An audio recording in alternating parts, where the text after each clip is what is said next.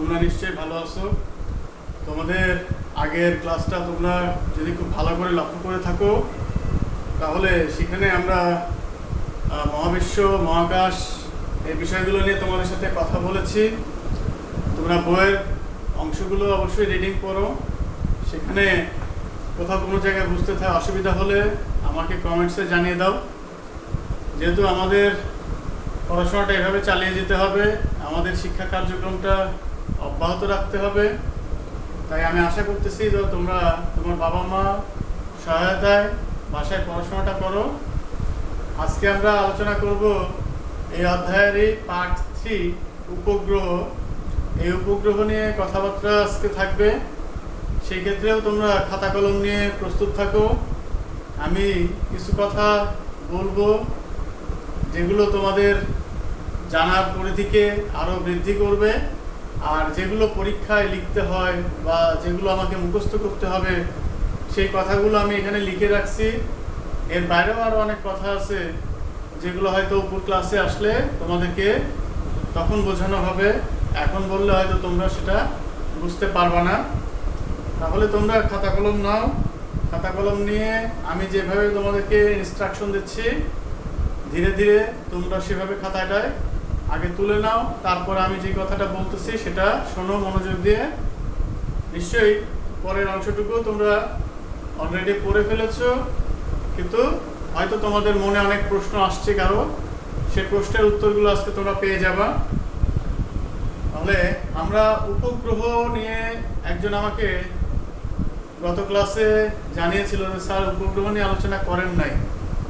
আমি উপগ্রহের সংজ্ঞাও দেই নাই, কারণ আমি জানতাম যে আজকে উপগ্রহ নিয়ে আমরা কথা বলবো, আর আজকে উপগ্রহ নিয়ে আমাদের কথা শেষ হয়ে যাবে না। পরবর্তী ক্লাসে আমরা উপগ্রহ নিয়ে আরও একটা পার্ট আছে, পার্ট 4, সেটা নিয়ে কথা বলবো। সেখানে উপগ্রহের ব্যবহার এইটা থাকবে আমাদের আলোচনা। আমরা এরপরে তোমাদেরকে হয়তো সৃজনশীল প্রশ্নের একটা ধারণা দিব।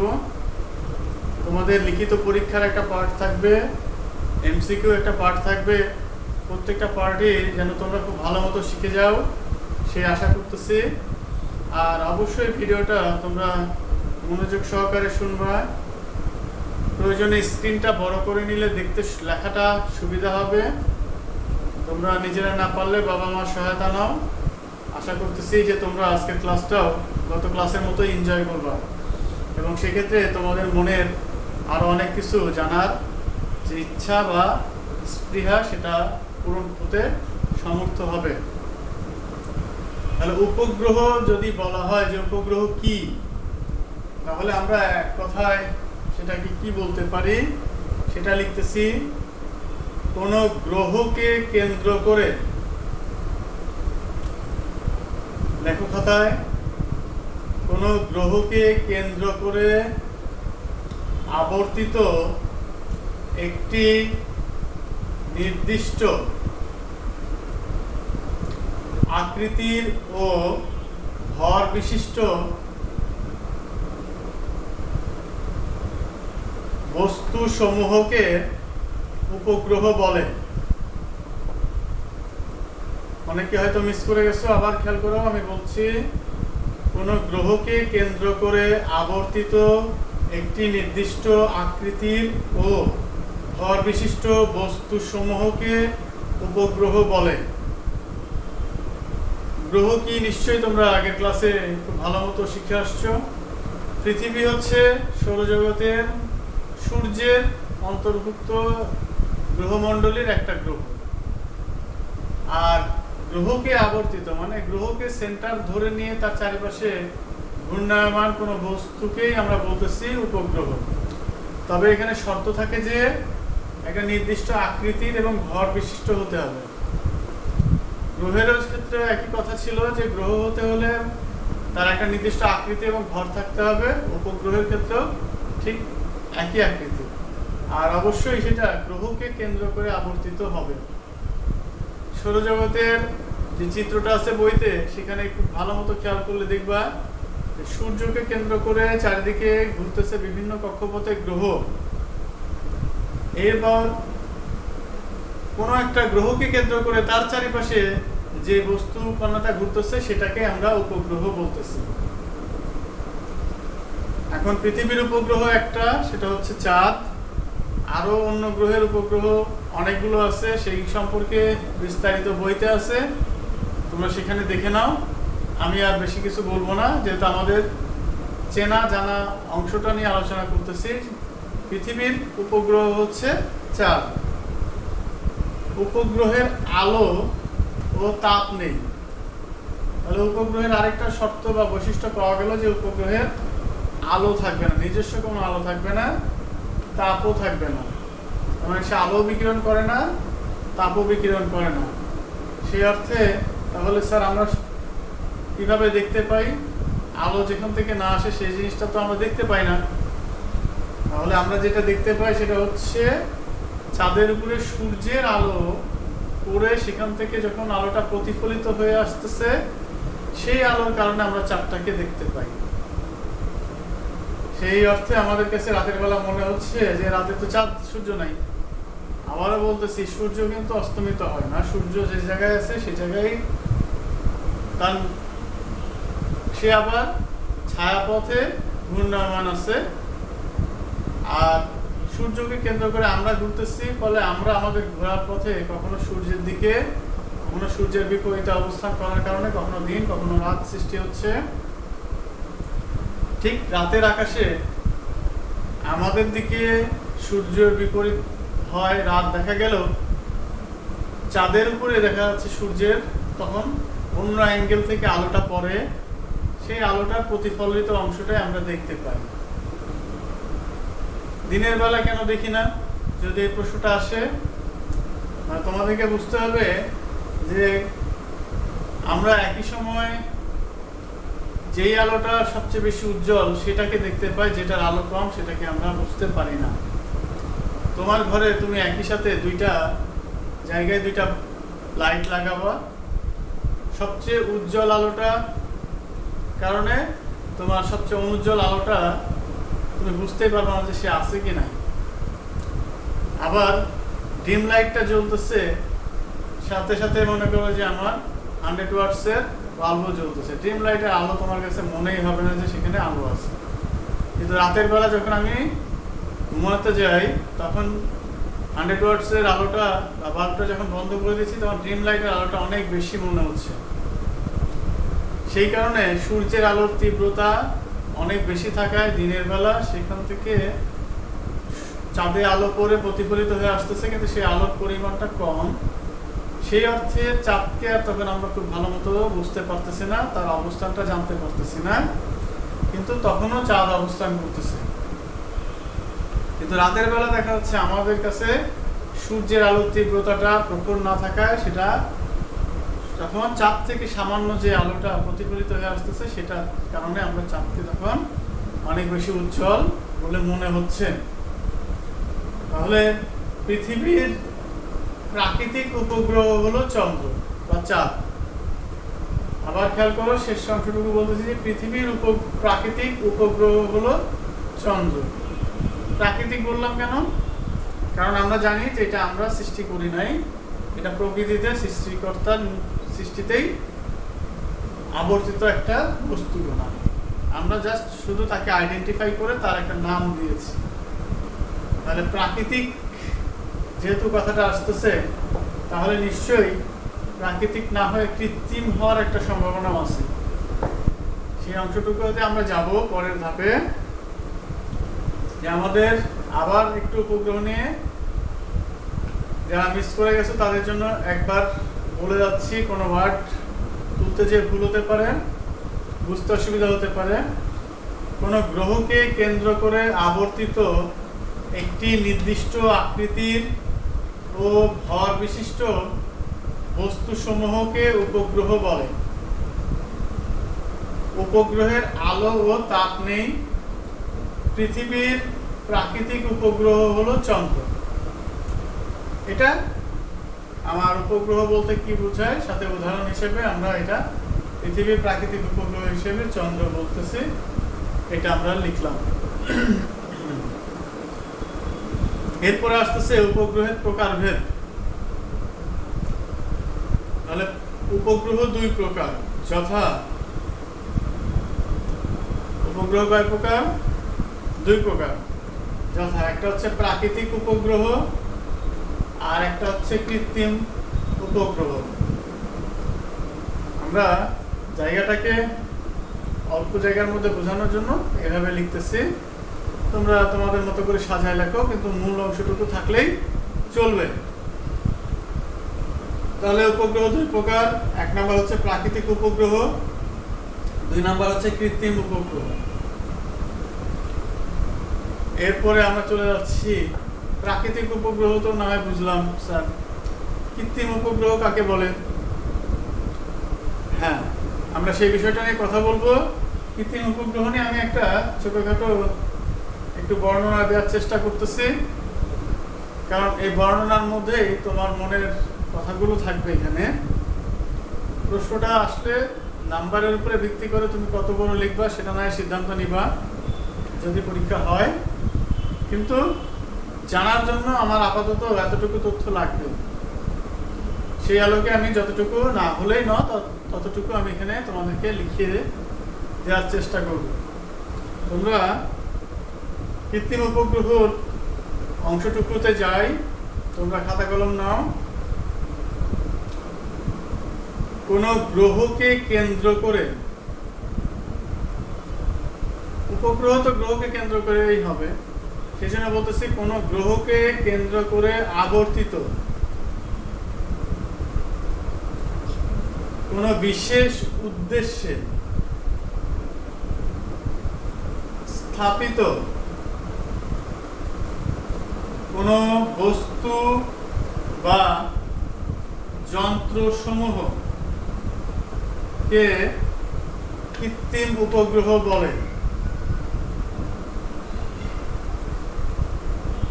তাহলে কৃত্রিম উপগ্রহের সংজ্ঞা যদি সেটা আমাকে লিখতে হয়, তাহলে একটা সেন্টেন্স লিখলেই হয়ে যাচ্ছে।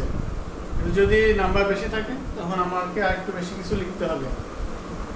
আবার বলতেছি, কোন গ্রহকে কেন্দ্র করে আবর্তিত কোন বিশেষ উদ্দেশ্যে স্থাপিত কোন বস্তু বা যন্ত্র সমূহকে কৃত্রিম উপগ্রহ বলে। তাহলে কৃত্রিম উপগ্রহ আমি অ্যাজ এ ম্যান, অর্থাৎ একজন বিজ্ঞানী, যদি তার বিশেষ কোনো প্রয়োজনে পৃথিবীকে কেন্দ্র করে কোনো বস্তুকে আবর্তিত করার দরকার হয়, তাহলে সেই বস্তুকেই আমরা কৃত্রিম উপগ্রহ বলতেছি। এই ক্ষেত্রে তোমাদেরকে মনে রাখতে হবে, কৃত্রিম উপগ্রহের জন্য কোনো নির্দিষ্ট ভরের প্রয়োজন হবে না বা আকারের কোনো কথা এখানে উল্লেখ থাকবে না। এই ক্ষেত্রে আমাদের ব্যবহারের উপরে নির্ভর করে আমাদের যেই যন্ত্রটাকে ঘোরানো দরকার, পৃথিবীকে আবর্তন করা দরকার, সেটাকেই আমরা কৃত্রিম উপগ্রহ বলবো। তোমরা খেয়াল করো এর পরের সেন্টেন্সটা কি বলতেছে, কৃত্রিম উপগ্রহ বিভিন্ন প্রকার। তাহলে কৃত্রিম উপগ্রহের মধ্যে আবার প্রকারভেদ আছে। সেই প্রকারভেদগুলোকে আমরা বলতেছি যথা আবহাওয়া,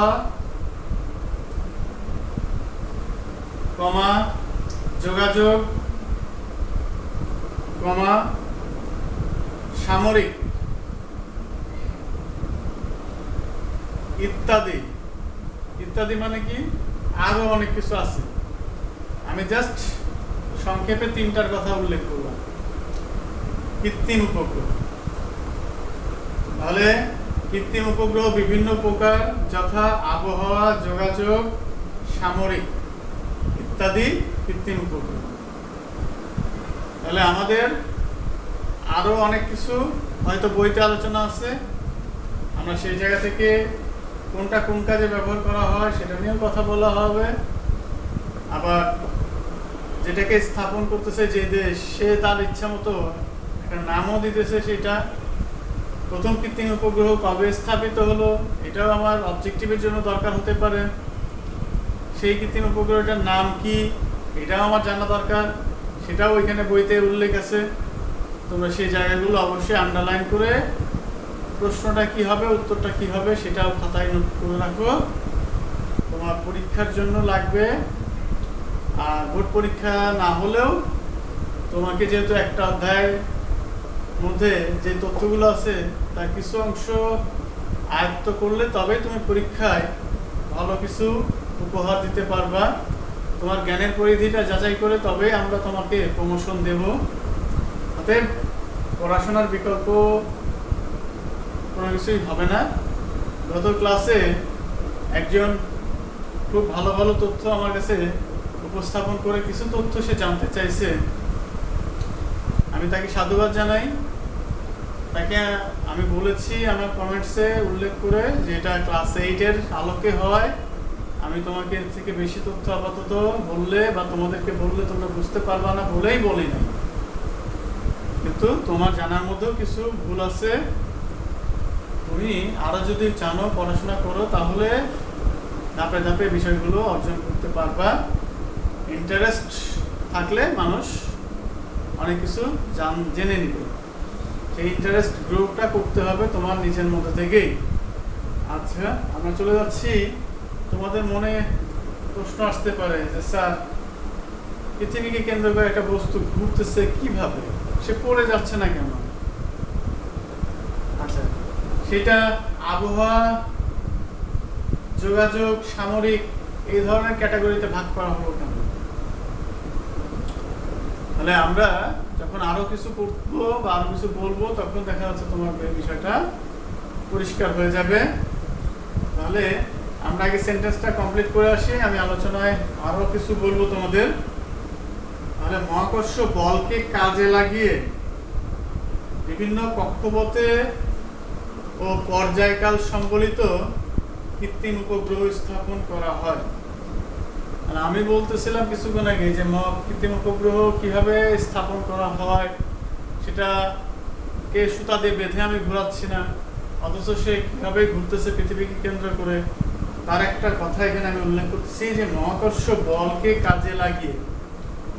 তোমরা ইতিমধ্যে অন্য ক্লাসে মহাকর্ষ অধ্যায়ের মহাকর্ষ সম্পর্কে, মহাকর্ষ বল কি এটা জেনে আসছো। তাহলে সেই মহাকর্ষ বলকে কাজে লাগিয়ে বিভিন্ন কক্ষপথে, তাহলে বিভিন্ন কক্ষপথ মানে আমি তোমাদেরকে ছবি এঁকে দেখাবো সামনের ক্লাসে, আজকে ছবি আঁকবো না।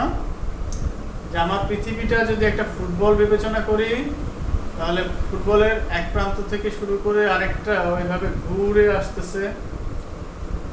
আরেকটা দেশও যদি ওইভাবে ওই একই পথে স্থাপন করে তাহলে সাংঘর্ষিক হতে পারে। তখন তার দরকারও আবার ওই একই পথেই ঘোরানোর জন্য। তখন তাকে কিছু ভিন্ন টেকনিক বা পদ্ধতি অবলম্বন করতে হয়।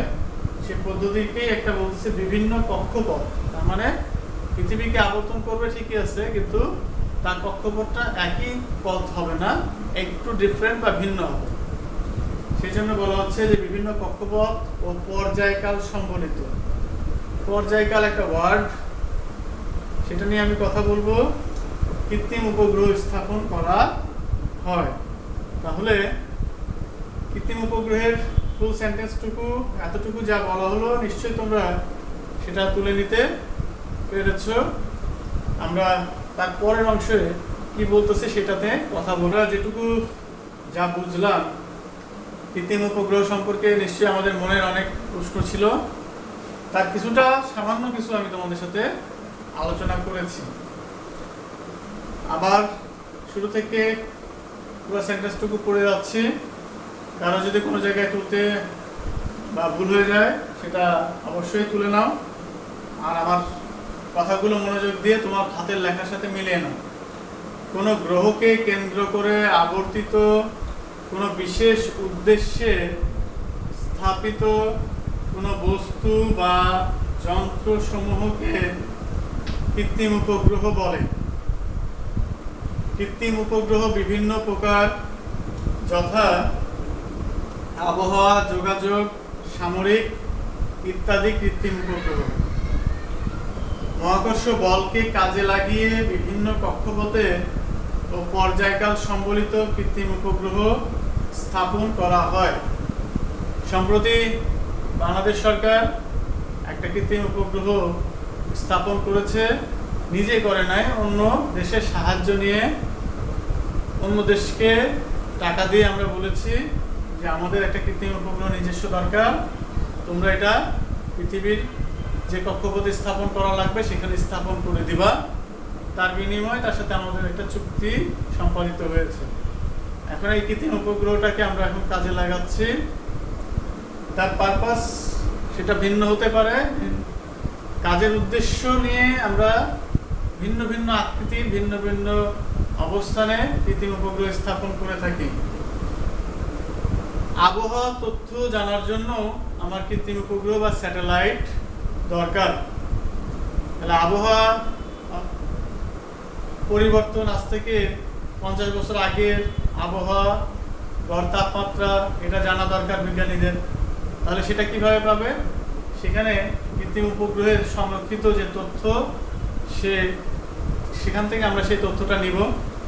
এখনকার অবস্থানটা কি, এখনকার আবহাওয়াটা বা বর্তমান তাপমাত্রা কেমন, বা আমার যে অঞ্চলগুলো মেরুতে তোমার বরফ ছিল সেই বরফের স্তরের ছবিগুলো 50 বছর আগে যে অবস্থায় ছিল এখনকার অবস্থাটা ছবি বিশ্লেষণ করে আমরা বলতে পারবো যে এখনকার আবহাওয়া কেমন।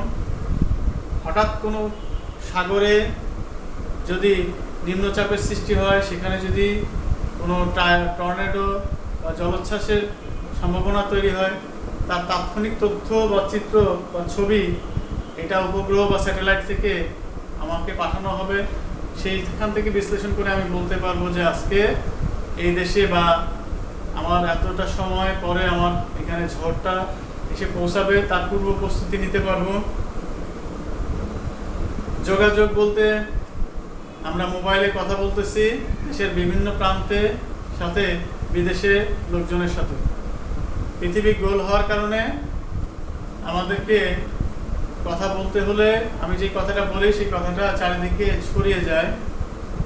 তোমরা যদি খেয়াল করো তাহলে একটা ফুটবলের উপর থেকে যদি তুমি একটা ঢিল ছুঁড়ে দাও, সর্বোচ্চ ওই ঢিলটা ওই পথ বরাবর বক্রপথে নিচে পড়বে, কিন্তু ওই পথের বাইরের ফুটবলের অন্যান্য পৃষ্ঠগুলোতে যে মানুষগুলো আছে তার কাছে কিন্তু সেই তথ্যটা পৌঁছাবে না বা সেই বলটা যাবে না। তাহলে সেই কারণে তখন কি করতে হবে? তখন আমাদেরকে পৃথিবীর চারিদিকে ভিন্ন ভিন্ন অবস্থানে স্যাটেলাইট স্থাপন করতে হবে। বঙ্গবন্ধু স্টেডিয়াম থেকে একটা খেলা সম্প্রচার করতে চাই, ফলে বঙ্গবন্ধু স্টেডিয়াম বরাবর একটা স্যাটেলাইট কোনোভাবে যেটা আছে আমার কাছে সেটাতে আমি এখান থেকে ভিডিও তথ্য আপলোড করে দেব বা পাঠাই দেব, সে ওটা রিসিভ করবে। দেন আমেরিকায় দেখতে চায়, ফলে সে ট্রান্সমিট করবে পাশের স্যাটেলাইটকে। পাশের স্যাটেলাইটটা দিয়ে যদি আমেরিকায় পৌঁছানো সম্ভব না হয়, সে তার পাশের স্যাটেলাইটে সে ওটাকে পাঠিয়ে দেবে। সেখান থেকে আবার আমেরিকা যেখানে যারা রিসিভ করতে চাচ্ছে তাদের যদি রিসিভার অংশ থাকে তাহলে তারা সেই খেলাটা রিসিভ করে দেখতে চাইলে পাবে। তাহলে অনেকগুলো ফ্যাক্টর আছে। আমি কথা বলি মোবাইল নেটওয়ার্কিংয়ের মাধ্যমে, তার জন্য আমার বাংলাদেশের ভেতরে কথা বলতে হলে অনেকগুলো জায়গায় টাওয়ার বসানোর দরকার হচ্ছে। এক টাওয়ার থেকে কথা আরেক টাওয়ারে যাচ্ছে, আরেক টাওয়ার থেকে আরেক টাওয়ারে যাচ্ছে, তারপরে যে ব্যক্তিটার কাছে যাওয়া দরকার সেই ব্যক্তিটার কাছে কথাটা চলে যাচ্ছে। আমি যদি একটা টাওয়ার বসাইতাম তাহলে সবাই কিন্তু এভাবে যোগাযোগ করতে পারতাম না। সামরিক, এটা প্রত্যেকটা দেশের প্রতিরক্ষা বিভাগ তার নিজস্ব একটা স্যাটেলাইটের মাধ্যমে তার নিজেদের মধ্যে কমিউনিকেশন করার জন্য আলাদা কোড সিকিউরিটি মেনটেন করার জন্য ব্যবহার করে থাকে। ভিন্ন দেশ তার দেশকে আক্রমণ করতেছে কিনা সেই তথ্যটাও তার কাছ থেকে পাওয়া যায় স্যাটেলাইট থেকে। ফলে কোনো একটা দেশ অন্য একটা দেশকে মিসাইল ছুড়ে মারলো, স্যাটেলাইট সেটা থেকে তথ্য থেকে আমি জানতে পারবো, তখন আমি তার প্রতিরোধ ব্যবস্থাটা নিতে পারবো। এই জন্য সামরিক বলতেছি। আরো অনেক ভিন্ন ভিন্ন কাজের জন্য আমরা ব্যবহার করব। আচ্ছা, এরপরে বলতেছিলাম যে বিভিন্ন কক্ষপথ। তাহলে পৃথিবী অনেক বড় একটা ফুটবল, তার বিভিন্ন অ্যাঙ্গেল থেকে বিভিন্ন দিকে স্যাটেলাইটগুলো মুভ করতেছে, এই জন্য এটাকে বলা হচ্ছে ভিন্ন ভিন্ন কক্ষপথ। এই কক্ষপথগুলো কখনো বৃত্তাকার হবে, কখনো উপবৃত্তাকার কক্ষপথ হবে। বৃত্তাকার কি, উপবৃত্তাকার কি, আমরা আর ওইদিকে যাব না। পর্যায়কাল নিয়ে কথা বলতেছি। পর্যায়কালটা হচ্ছে কোনো একটা জায়গা থেকে যাত্রা শুরু করে একটা নির্দিষ্ট সময় পরে যদি আবার একই অবস্থানে ফিরে আসে, তাহলে যে জায়গা থেকে যাত্রা শুরু করছে সেই জায়গায় ফিরে আসতে তার যে সময় লাগতেছে সেটাকে বলা হচ্ছে পর্যায়কাল। তোমার ফ্যানের পাখায় একটা পাখায় যদি তুমি দাগ দাও, সেই যেখান থেকে শুরু করতেছে আবার একটা সময় পরে ওই জায়গায় আসতেছে, ফলে ওই পাখাটা যেখান থেকে স্টার্ট করে আবার ঘুরে ওই জায়গায় আসতে যে সময় লাগবে সেটাই হচ্ছে পর্যায়কাল। তাহলে পৃথিবীর যে জায়গা থেকে স্যাটেলাইটটা স্থাপন করে শুরু করা হলো সেই জায়গায় আবার ঘুরে আসতে তার যে সময় লাগবে সেটা হচ্ছে পর্যায়কাল। এই পর্যায়কাল প্রত্যেকটা স্যাটেলাইটের জন্য এক না, ভিন্ন ভিন্ন স্যাটেলাইটের জন্য ভিন্ন ভিন্ন। যে স্যাটেলাইটটা 24 ঘন্টায় একবার পৃথিবীকে প্রদক্ষিণ করে তাকে ভূ স্টেশন বা ভূস্থির উপগ্রহ বলে। কারো কেউ 6 ঘন্টায় পৃথিবীকে প্রদক্ষিণ করতে পারে, কারোর জন্য তোমার 2 বছর পরে একবার পৃথিবীকে প্রদক্ষিণ করে আসতে পারে। সেটা নির্ভর করে যে আমার পর্যায়কালটা বলা হচ্ছে। এরপরে আমরা চলে যাচ্ছি যে কৃত্রিম উপগ্রহের মাধ্যমে তথ্য আদান প্রদানে, কৃত্রিম উপগ্রহের মাধ্যমে তথ্য আদান প্রদানে 2টি অংশ থাকে। তাহলে একটা যন্ত্র কিভাবে বুঝবে যে তাকে কি করতে হবে? তাহলে নিশ্চয়ই সেখানে আমাকে কিছু সেট করে দিতে হবে। সেই সেট করা অংশটার 2টা অংশ বলা হচ্ছে, মেন 2টা পার্ট, আরো কিছু পার্ট থাকবে। এটা বলতেছে কৃত্রিম উপগ্রহের মাধ্যমে তথ্য আদান প্রদানে 2টি অংশ থাকে, যার একটি ট্রান্সমিটার বা প্রেরক অংশ। তাহলে স্যাটেলাইটের একটা অংশের নাম হচ্ছে ট্রান্সমিটার বা প্রেরক অংশ, এবং অপরটি হলো রিসিভার বা গ্রাহক অংশ। তাহলে তথ্য স্যাটেলাইট কি করবে? প্রেরণ করবে। আবার আমি যদি কোনো কিছু তাকে পাঠাই, সে সেটা রিসিভ করবে। অথবা সে কোনো একটা জায়গা থেকে ছবি তুলতেছে, মনে করো যে তার কাজই হচ্ছে, স্যাটেলাইটের কাজই হচ্ছে পৃথিবীর ভূপ্রকৃতির ছবি তোলা। তাহলে সে ছবিগুলো তুলতেছে, এই ছবি তোলার অংশটা হচ্ছে আমার রিসিভ করতেছে সে, আর সেই ছবিগুলো আবার পৃথিবীতে আমার কাছে পাঠাচ্ছে, এটা হচ্ছে ট্রান্সমিটার বা প্রেরক অংশ। তাহলে এই 2টা পার্ট। এখন তার এই কাজ করার জন্য তো এনার্জি দরকার হবে। সে এনার্জিটা সে কোথা থেকে পাবে? আমি যদি একটা ব্যাটারি বা একটা বিদ্যুতের লাইন সংযোগ দিতে চাই, যেহেতু সেখানে কোথাও বিদ্যুতের উৎস পাওয়া যাবে না, আমাকে ব্যাটারি হিসেবে ব্যাকআপ ওখানে দিতে পারি। মানে একটা ব্যাটারি কতদিন চলতে পারে? তার লাইফ টাইম হতে পারে 1 বছর, 2 বছর, 5 বছর। তারপরে কি হবে? ব্যাটারিটা যখন কাজ করবে না, তখন ওই যন্ত্রটা বা স্যাটেলাইটটা অকেজ হয়ে যাবে। কিন্তু আমি চাই এত টাকা দিয়ে খরচ করে সেটা দীর্ঘদিন যেন আমাকে সার্ভিস দিতে পারে, সেটা 500 বছর, 1000 বছর পর্যন্ত যেন সেটা লাস্টিং করে। তাহলে কি করা যাবে? তাহলে এনার্জির উৎস কোথায় পাবো? সেই জন্য আমরা বলতেছি যে আমার কৃত্রিম উপগ্রহের শক্তি সরবরাহের জন্য সোলার শক্তি কাজে লাগানো হয় বা সোলার প্যানেল লাগানো হয়। তাহলে তোমরা একটা স্যাটেলাইট দেখবা যে তার অনেক বড় বড় উইংস আছে। উইংস হচ্ছে পাখা। তাহলে সেই পাখাগুলো কি? সেই পাখাগুলোতে আমার সোলার প্যানেল লাগানো আছে। তাহলে সোলার সিস্টেম আমাদের এখনকার ব্যবহারের জন্য, পৃথিবীতে ব্যবহারের জন্য খুবই নগণ্য পরিমাণে বিদ্যুৎ সরবরাহ করলেও আমার এই কৃত্রিম উপগ্রহের যে যতটুকু এনার্জি দরকার, সেই এনার্জির জন্য সেটা যথেষ্ট। কতটুকু এনার্জি দরকার সেই অনুযায়ী আমার উইংসটা তত বড় হবে। এইটাই হলো আমার কৃত্রিম উপগ্রহ অপারেট করার জন্য লাগবে।